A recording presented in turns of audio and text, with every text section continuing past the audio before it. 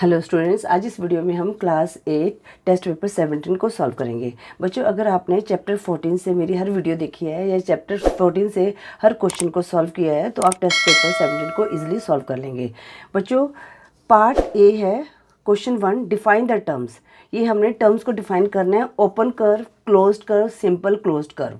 अब बच्चों, ये ओपन कर्व क्या होता है? बच्चों, ये आपने को याद होगा, जब चैप्टर 14 स्टार्ट हुआ था पॉलीगन, तब हमने किया था ओपन कर्व। जैसे यहाँ से स्टार्ट हुआ, ठीक है, और यहाँ पर जिसका एंड हुआ, ठीक है ना, मतलब कि जिसका सेम स्टार्टिंग और एंड पॉइंट सेम नहीं है उसको ओपन कर्व कहते हैं। ठीक है, ओपन कर्व इस तरह से भी हो सकते हैं।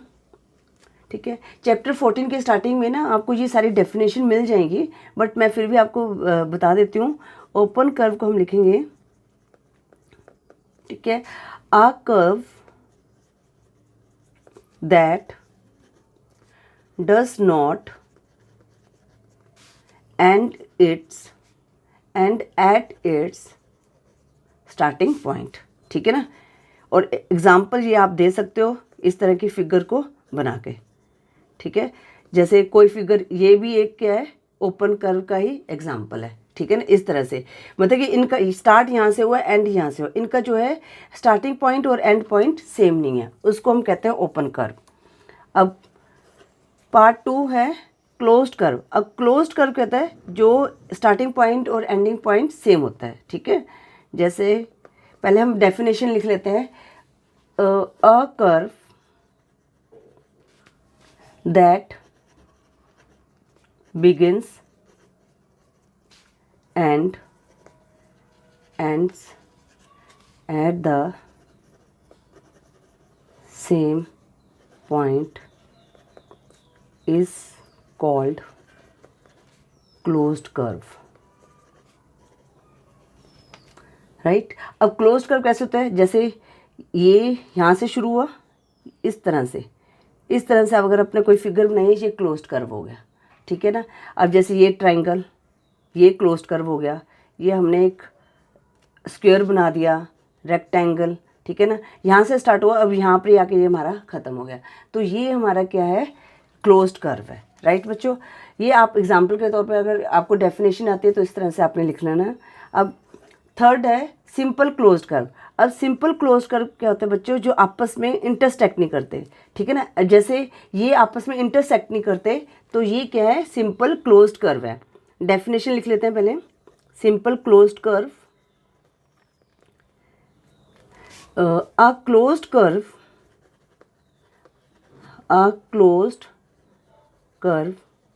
which does not intersect itself is called simple closed curve।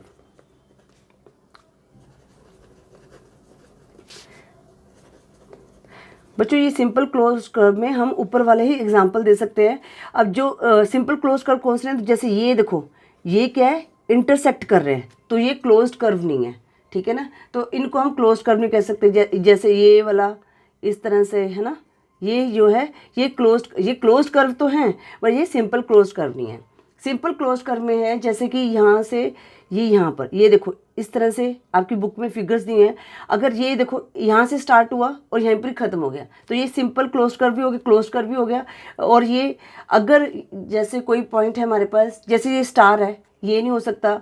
जैसे इस तरह से अगर हमारे पास कोई फिगर आ गई तो ये नहीं हो सकता, क्योंकि ये आपस में क्या है, इंटरसेक्ट हो रहे हैं। ठीक है ना, a closed curve which does not intersect itself is called simple closed curve.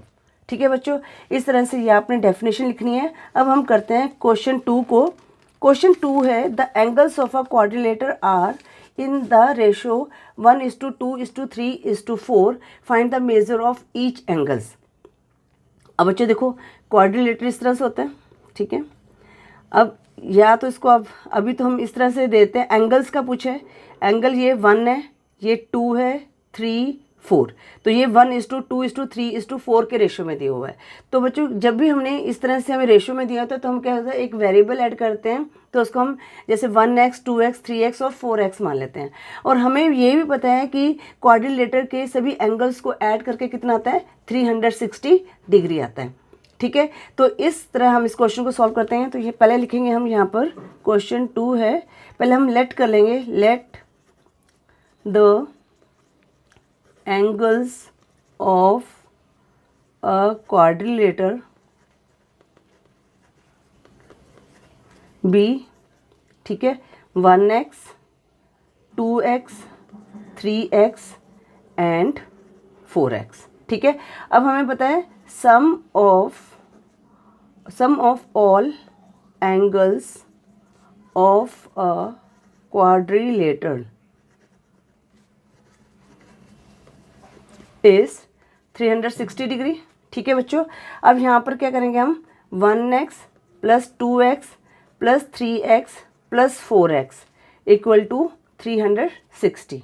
ठीक है बच्चों, अब इनको ऐड करेंगे, 4 + 3 7, 7 + 2 9 + 1 10, तो ये आ गया 10x = 360 डिग्री। अब x की वैल्यू निकाल रही 360/10, तो 0 से 0 कट गया तो कितना आ गया, x की वैल्यू क्या आ गई, 36 डिग्री। ठीक है, अब हमारे पास जो एंगल था 1x वो हो गया 36 डिग्री।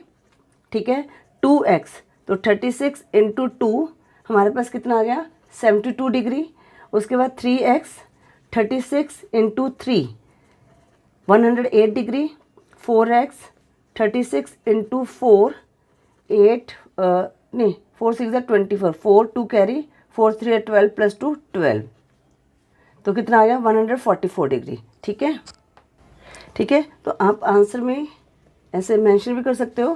तो उन्होंने क्या, find the measure of the angle, measure of each angle of a quadrilateral are 36 degree 72 degree 108 degree and 144 degree. ठीक है बच्चों, इस तरह से आपने ये क्वेश्चन 2 को सॉल्व करना है। बच्चों क्वेश्चन 3 है, 2 adjacent angles of a parallelogram are in the ratio 2:3, find the measure of each of its angles. अब बच्चों यहाँ पर पैरेललोग्राम किस तरह से होता है, इस तरह से होता है ना। ठीक है, ये हमारा पैरेललोग्राम है, ये एंगल्स है।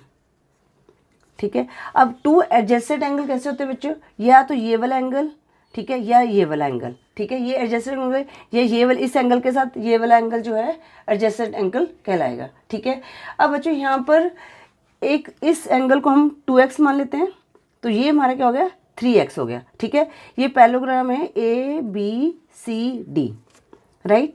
अब यहाँ पर ये वाला एंगल जो है, एंगल A दिया हुआ है 2x, और एंगल इसका एडजेसेंट एंगल क्या हो गया, 3x हो गया। तो बच्चों पैरेललोग्राम में एक और बात है, हमें ये वाले एंगल भी फाइंड आउट करने पड़ेंगे।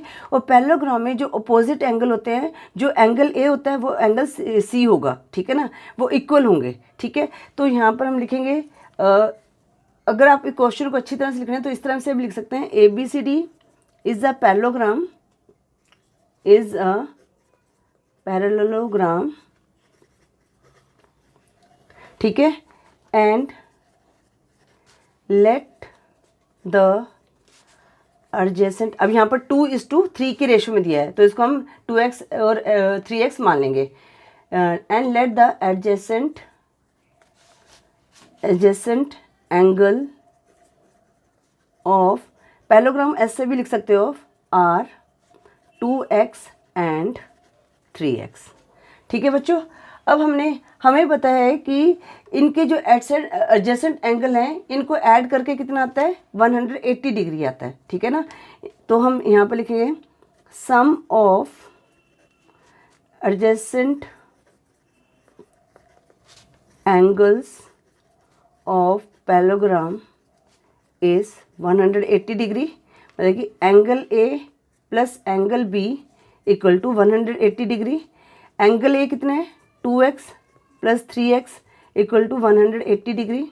ठीक है, तो कितना आ गया, 5x आ गया, 180 डिग्री।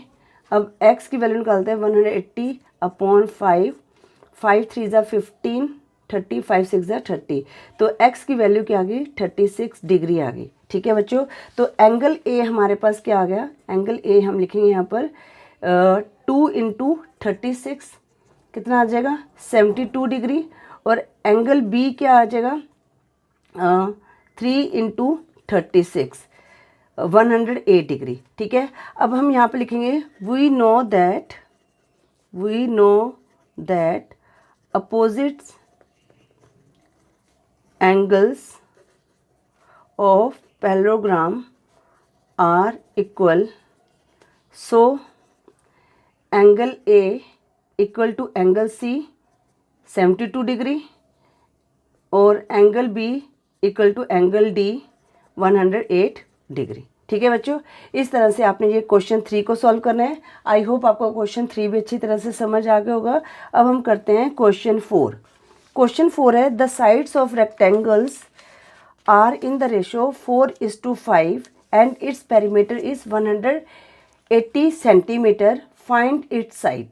अब बच्चों यहाँ पर भी क्या है, रेशियो की फॉर्म में दिया हुआ है। रेक्टेंगल किस तरह, इस तरह से होता है रेक्टेंगल। ठीक है, ये थोड़ा टेढ़ा बन गया, कोई बात नहीं। अब ये क्या है 4:5, मतलब ये ब्रेथ 4 है 5 है। ठीक है बच्चों, और ये जो पेरीमीटर दिया हुआ है इन्होंने 180 सेंटीमीटर दिया हुआ है। ठीक है, तो पहले हम क्या करेंगे, इनको मान लेंगे let the sides of a rectangle be 4x and 5x। ठीक है बच्चों, अब यहाँ पर पेरीमीटर ऑफ रेक्टेंगल क्या होता है, पेरीमीटर ऑफ अ रेक्टेंगल, इसका क्या फॉर्मूला होता है 2l + b। ठीक है, अब पेरीमीटर ऑफ अ रेक्टेंगल कितना दिया है 180 सेंटीमीटर इक्वल टू 2, लेंथ कितनी है, हम लेंथ को 5x मान लेते हैं और प्लस 4x। ठीक है बच्चों, 180 2 इंटू 5 + 4 9x आ गया, तो 180 2 9 ज़ा 18x आ गया। अब हम x की वैल्यू निकाल लेते हैं 180/18, 18 1 ज़ा 18 0, तो x की वैल्यू क्या आ गई 10 आ गई। अब हम साइड हमारे पास क्या थी, लेंथ हमने मानी थी 5x, तो लेंथ क्या आ गई 5 इंटू 10 40 सेंटीमीटर आ गई। ठीक है, यहाँ पर भी सेंटीमीटर लिख देना है।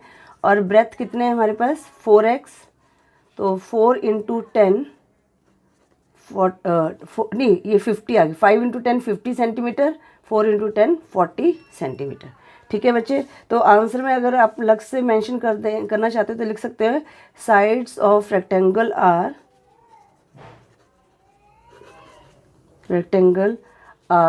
50 सेंटीमीटर एंड 40 सेंटीमीटर। ठीक है बच्चों, इस तरह से आपने ये क्वेश्चन 4 को सॉल्व करना है। बच्चों क्वेश्चन 5 करेंगे। क्वेश्चन 5 है prove that the diagonals of a rhombus bisect each other eight right angles. बच्चों रोम्बस किस तरह बनता है, इस तरह से होता है ना, और रोम्बस की जो सारी साइड्स हैं वो क्या होती हैं, इक्वल होती हैं। ठीक है, ये ABCD क्या है, रोम्बस है। ठीक है, इसके जो ये क्या है, डायगोनल्स है। ठीक है, ये सारी साइड्स क्या है, इक्वल होती हैं, पर जो डायगोनल्स है ये क्या बनाता है 90 डिग्री का एंगल बनाता है, और इसी को हमने प्रूव करना है। ठीक है, तो बच्चों इसको हमने कैसे प्रूव करना है, इसको हम देखते हैं। ये थोड़ा सा डिफरेंट क्वेश्चन है, तो इसको प्रूव करने के लिए पहले हम क्या लिखेंगे, ABCD जो क्वेश्चन है, ABCD इज अ रोम्बस। ठीक है, ABCD is a rhombus and diagonal क्या है, AC and BD are diagonals. Right बच्चों, जो क्या कर रहे हैं, bisect each other at O point दे देते हैं, bisect each other at O। ठीक है, अब बच्चों हमें ये पता है कि जो रोम्बस क्या है एक पैरेललोग्राम है। ठीक है, और पैरेललोग्राम में जो डायगोनल्स क्या है एक दूसरे को बाइसेक्ट करते हैं, तो हम लिखेंगे यहाँ पर कि वी नो दैट। ठीक है, ये तो हमें ये दिया हुआ है, ठीक है ना, तो हम लिखेंगे यहाँ पर we know that diagonals in parallelograms diagonals in parallelogram are bisect each other. So rhombus is also a parallelogram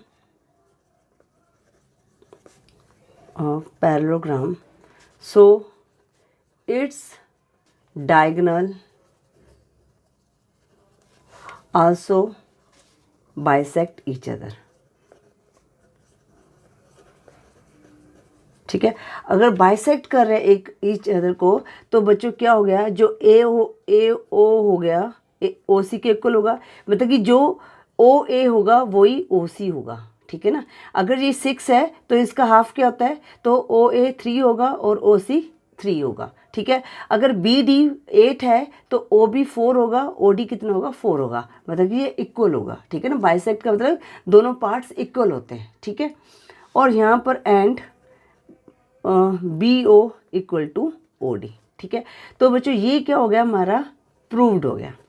ठीक है, अब हमने क्या प्रूव करना है कि ये जो है राइट एंगल ट्रायंगल बनाते हैं या नहीं बनाते हैं। ठीक है, तो बच्चों सबसे पहले हम क्या करेंगे, यहाँ पर हम कोई भी दो ट्रायंगल ले लेंगे। जैसे हम इसको ले सकते हैं, ठीक है ना, ये वाले पार्ट को, एक मिनट, हम ये दो एंगल्स को प्रूव करते हैं कि ये दो एंगल्स कॉन्ग्रुएंट हैं या नहीं है। ठीक है, तो हम ये दो एंगल्स लेंगे, तो हम यहाँ पर लिखेंगे इन ट्रायंगल, एक ले लिया हमने C O D and C O B, कोई भी ले सकते हो आप, ये भी ले सकते हो, ए ओ डी और ए ओ बी ले सकते हो। ठीक है ना, कोई भी एंगल ले सकते हो। ठीक है, मैं इसको लेके चल रही हूँ इन ट्रायंगल सी ओ डी, क्योंकि देखो इसमें ये सारी जो साइड्स इक्वल होती हैं और ये बाइसेक्ट करते हैं, इसलिए हम कोई भी ट्रायंगल ले सकते हैं। हमने वो प्रूव करना है कि वो कॉन्ग्रुएंट है या नहीं है। कॉन्ग्रुएंट के लिए हमें 3 कंडीशन होती है, अगर 3 कंडीशन वो फुलफिल होती हैं तो वो ट्रायंगल क्या होते हैं, कॉन्ग्रुएंट। कॉन्ग्रुएंट का मतलब सेम होते हैं। ठीक है ना, इक्वल होते हैं। अब इन triangle C O D and triangle C O B. ठीक है बच्चों, अब यहाँ पर बच्चों जो बी सी है ये क्या है, सी डी के इक्वल है। क्यों इक्वल है बी सी सी, क्योंकि all sides of rhombus are equal, ये ऑलरेडी हमें पता है। ठीक है ना, तो यहाँ पर लिखेंगे B C equal to D C, लिखेंगे because all sides of rhombus are equal.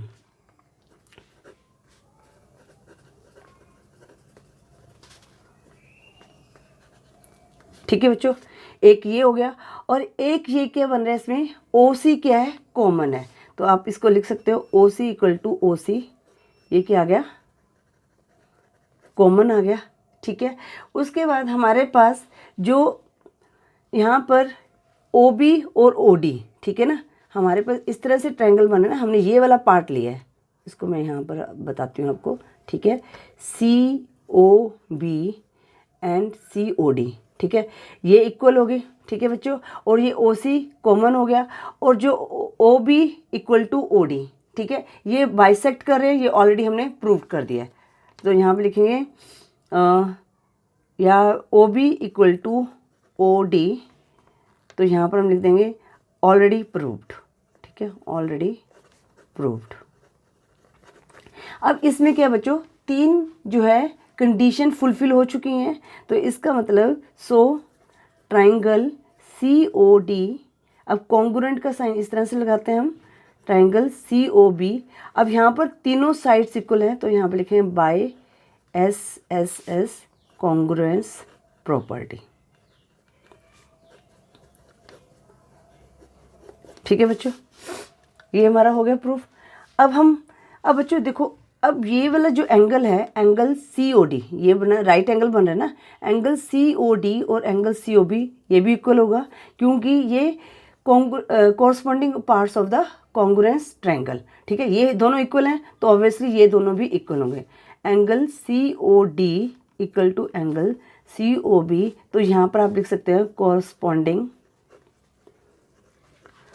Parts of congruence triangle. ठीक है, CPCT भी लिख सकते हैं ट्रायंगल्स। ठीक है बच्चों, अब ये CPCT हैं, तो बच्चों अब ये देखो ना, ये हो गया, ये भी इक्वल हो गया। अब बच्चों ये हमें पता चल गया ये इक्वल है, तो ये क्या बन रहा है, एक लीनियर पेयर एंगल भी बन रहे हैं। तो एंगल COD, ठीक है, प्लस एंगल COB, ये लीनियर पेयर एंगल बन रहे हैं। तो लीनियर पेयर एंगल क्या होता है, इक्वल टू 180 डिग्री होते हैं, ठीक है ना। तो यहाँ पर लिख देते हैं लीनियर पेयर। हमने ये बताना है ना कि ये 90 डिग्री एंगल है कि नहीं है, ठीक है ना। तो अब ये angle COD plus angle COB, अब बच्चों यहाँ पर क्या है, जो COD है वो COB के इक्वल है, तो इट मीन्स एंगल COD, तो यहाँ पर COB को हम यहाँ पर एंगल COD भी लिख सकते हैं equal to 180 degree, because angle COD equal to angle COB। ठीक है बच्चों, ये हमने प्रूव कर दिया। तो ये क्या हो गया, 2 angle COD equal to 180 degree, तो angle COD equal to 180 upon 2 9 से 80, 90 डिग्री आ गया। तो एंगल COD क्या आ गया, 90 डिग्री आ गया। तो जो 90 डिग्री होता है वो राइट एंगल होता है। तो हम यहाँ पर लिखेंगे it is proved that the diagonals of a rhombus, तो हम यहाँ पर क्या लिख सकते हैं, rhombus are bisect each other, ठीक है। एट 90 डिग्री भी लिख सकते हैं, यहाँ पर कितने लिखे हैं, एट राइट एंगल्स,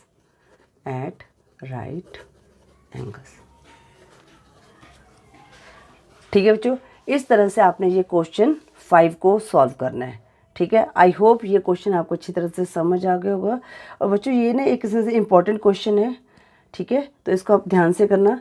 अब बच्चों हम करते हैं क्वेश्चन 6। क्वेश्चन 6 क्या है, क्वेश्चन 6 करते हैं, ठीक है। क्वेश्चन 6 है the diagonals of a rhombus are 16 centimetre and 12 centimetre, find the length of each side of the rhombus. अब जो यहाँ पर देखो ये रोम्बस है, अभी हमने ये सारा किया है ना प्रूफ, ये डायगोनल्स है, ठीक है ना ABCD, ठीक है। अब ये वाला ये बड़ा है तो इसको ले लेते हैं हम 16 सेंटीमीटर और ये ले लेते हैं 12 सेंटीमीटर, ठीक है। हमने क्या निकालना है, इसको निकालना है, ठीक है बच्चों। तो अब हमें क्या पता है, तो हमें ये पता है कि all the sides of a rhombus are equal, ठीक है ना। पहले लिखेंगे यहाँ पर we know that all sides of a rhombus are equal, ठीक है, and the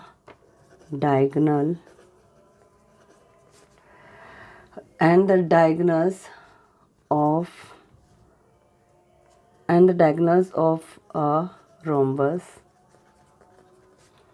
bisect each other at right angles, ठीक है बच्चों। तो अब यहाँ पर हमारे पास क्या है, AC है। तो बच्चों अगर देखो ये AC हमारे पास 16 सेंटीमीटर है, तो ये बाइसेक्ट कर रहे हैं, तो इसको AO हमारे पास क्या हो गया 8 सेंटीमीटर और ये 8 सेंटीमीटर हो गया, ठीक है। और यहाँ पर ये क्या हो गया, ये परपेंडिकुलर, ठीक है ना। तो ये क्या 12 का हाफ कितना होता है 6 सेंटीमीटर, तो OD 6 सेंटीमीटर, OB क्या हो गया 6 सेंटीमीटर, ठीक है। तो बच्चों ये क्या, हम कोई भी एक रेक्टेंगल ले सकते हैं, जैसे आप AOD भी ले सकते हो, ठीक है ना, तो AOB भी ले सकते हो। तो बच्चों ये क्या बन गया, देखो आप AOD लेके चल रहे हो, ठीक है ना, AOD ये बन रहा है ना हमारा, OD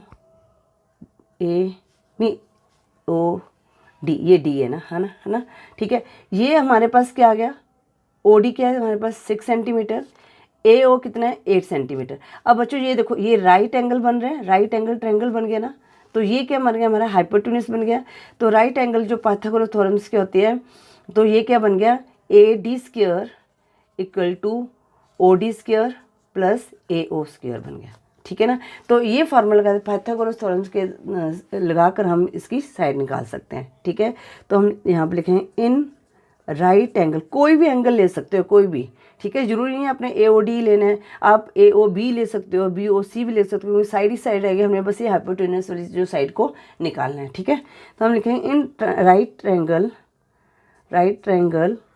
AOD, ठीक है, in right triangle AOD, AO हमारे पास कितना आ गया 8 सेंटीमीटर, ठीक है, और OD कितना है 6 सेंटीमीटर। तो बाय पाइथागोरस थ्योरम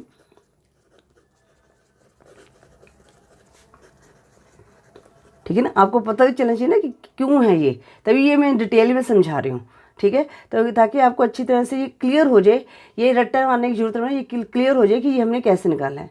अब पाइथागोरस थ्योरम कहता है हाइपोटेन्यूस हमारे पास क्या है AD square equal to AO square plus OD square. तो AD स्क्वायर, AO कितना है हमारे पास 8 square plus 6 square, AD square 8 8 जा 64, 6 6 जा 36। तो AD स्क्वायर अब कितना आ गया 100। अब बच्चों ये क्या है स्क्वायर में है तो हमने इसका रूट बना लिया 100। तो AD इक्वल टू 100 किसका हो गया 10 × 10। तो AD की वैल्यू क्या आ गई 10 सेंटीमीटर, ठीक है। तो इसकी जो साइड आ गई ना, ये हर साइड कितनी है 10 सेंटीमीटर है। तो हम यहाँ पर आंसर में लिख भी सकते हैं, ठीक है ना। Length of each side of its, length of each side of rhombus is 10 centimetre. ठीक है बच्चों, इस तरह से आपने ये क्वेश्चन 6 को सॉल्व करना है। आई होप आपको ये क्वेश्चन 6 भी अच्छी तरह से समझ आ गया होगा।